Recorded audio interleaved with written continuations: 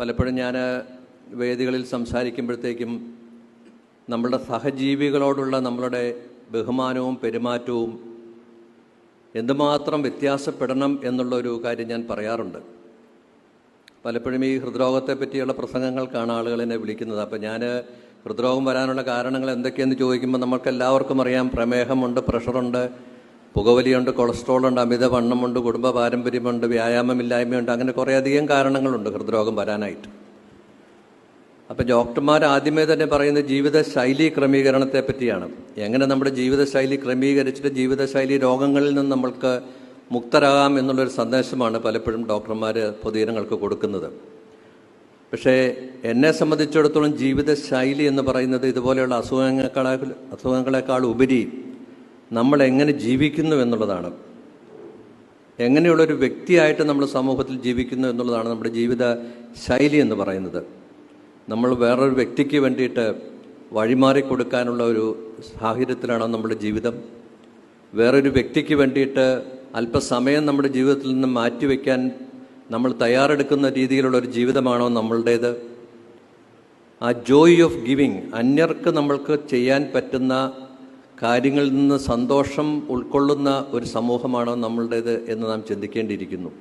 പലപ്പോഴും സ്വാർത്ഥ താല്പര്യങ്ങൾ കൊണ്ട് സ്വന്തം കുടുംബങ്ങളിലേക്ക് ഒതുങ്ങുകയും ബാക്കിയുള്ള വ്യക്തികളെ മറികടന്ന് നമ്മുടെ ലക്ഷ്യസ്ഥാനത്ത് എന്ത് രീതിയിലും എത്തുവാനുള്ള ഒരു പ്രവണത കാണിക്കുന്ന ഒരു സമൂഹം, അവരുടെ ജീവിതശൈലി എന്ന് പറയുന്നത് സ്ട്രെസ്സാണ്. നമ്മൾക്കറിയാം, നമ്മൾ സന്തോഷിക്കുമ്പോൾ നമ്മുടെ തലച്ചോറിലുണ്ടാകുന്ന ചില ഹോർമോൺസ് ഉണ്ട്. ഡോപ്പമിൻ, ഓക്സിറ്റോസിൻ, സെറട്ടോണിൻ എന്നൊക്കെ പറയുന്ന ഹാപ്പി ഹോർമോൺസ് തന്നെയാണ് വിളിക്കുന്നത്. പലപ്പോഴും നമ്മളൊരു നന്മ ചെയ്യുമ്പോൾ, ഒരു വ്യക്തിയോട് നന്ദി എന്ന് പറയുമ്പോൾ, അല്ലെങ്കിൽ ഒരു വ്യക്തിക്ക് നമ്മളൊരു നന്മ ചെയ്ത് മുന്നോട്ട് പോകുമ്പോൾ നമ്മളുടെ തലച്ചോറിൽ നിന്നും നമ്മുടെ രക്തത്തിലേക്ക് വരുന്ന ഹാപ്പി ഹോർമോൺസ്, ആ ഹാപ്പി ഹോർമോൺസ് എന്തുമാത്രം നമ്മൾക്ക് കൂടുതൽ നമ്മുടെ രക്തത്തിലേക്ക് പടർത്താമോ അവിടെയാണ് നമ്മുടെ ജീവിതശൈലി ക്രമീകരണമെന്ന് ഞാൻ ശരിക്കും എൻ്റെ ചിന്തയിലൂടെ പോകുന്നത്. പലപ്പോഴും നമ്മൾ വളരെ സ്ട്രെസ്ഡ് ആയിട്ടാണ് നമ്മുടെ ജീവിതം. എങ്ങനെ നമ്മളിവിടുന്ന് കാർ ഓടിച്ച് പോകുമ്പോൾ തന്നെ ഏറ്റവും ആദ്യം നമ്മൾ ഹോൺ അടിച്ചാണ് തുടങ്ങുന്നത്. പിന്നെ ചില സ്ഥലങ്ങളിൽ നമ്മൾ ലൈറ്റും ഫ്ലാഷ് ചെയ്യും. അതായത് ഞാൻ വരുന്നു, നിങ്ങൾ മാറിക്കോളൂ എന്നാണ്. അവൻ മാറിയില്ലെങ്കിൽ നമുക്ക് പിന്നെ ഹോൺ അടിക്കുന്നു. അന്ന് ബ്രേക്ക് ചവിട്ടി അല്പം നേരം അവൻ്റെ പിറകിൽ നിൽക്കാനുള്ള ശ്രമം നമ്മൾ കാണിക്കുന്നുണ്ടോ? അങ്ങനെ കാണിക്കുന്ന ആ ശ്രമം നമ്മൾക്കൊരു ജോയ് ഓഫ് ഗിവിങ് ആണ്. വേറൊരു വ്യക്തിക്ക് കൊടുക്കുന്ന ഒരല്പസമയമാണ്.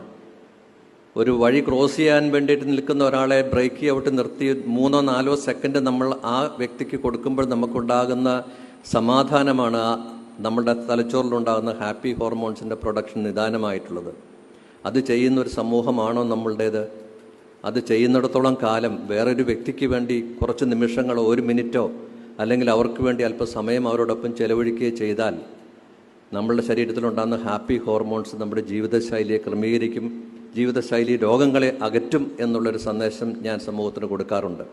നമ്മൾ എന്തെങ്കിലും ദേഷ്യപ്പെടുമ്പോൾ, എന്തെങ്കിലും ഒരു വ്യക്തിയോട് വാശി കാണിക്കുമ്പോഴത്തേക്കും നമ്മുടെ തലച്ചോറിലുണ്ടാകുന്ന ഹോർമോൺ അഡ്രിനലിൻ എന്ന് പറയും.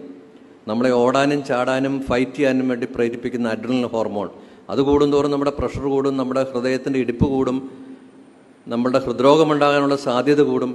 ആ സ്ട്രെസ്സൊക്കെ മാറ്റിവെച്ച് വളരെ കാം ആൻഡ് ക്വയറ്റായിട്ട് വേറൊരു വ്യക്തിക്ക് അല്പസമയം വിട്ടുകൊടുക്കാനായിട്ട്, ക്യൂ നിൽക്കാനായിട്ട്, അല്ലെങ്കിൽ ബ്രേക്ക് ചവിട്ടാനായിട്ട് നമ്മുടെ ജീവിതത്തിൽ എന്ന് നമ്മൾക്ക് സാധിക്കുമോ അന്നായിരിക്കും നമ്മുടെ ജീവിതശൈലി സാധാരണഗതിയിലേക്ക് വരുന്നതും ജീവിതശൈലികളിൽ നമുക്ക് വിമുക്തി ലഭിക്കുന്നതും.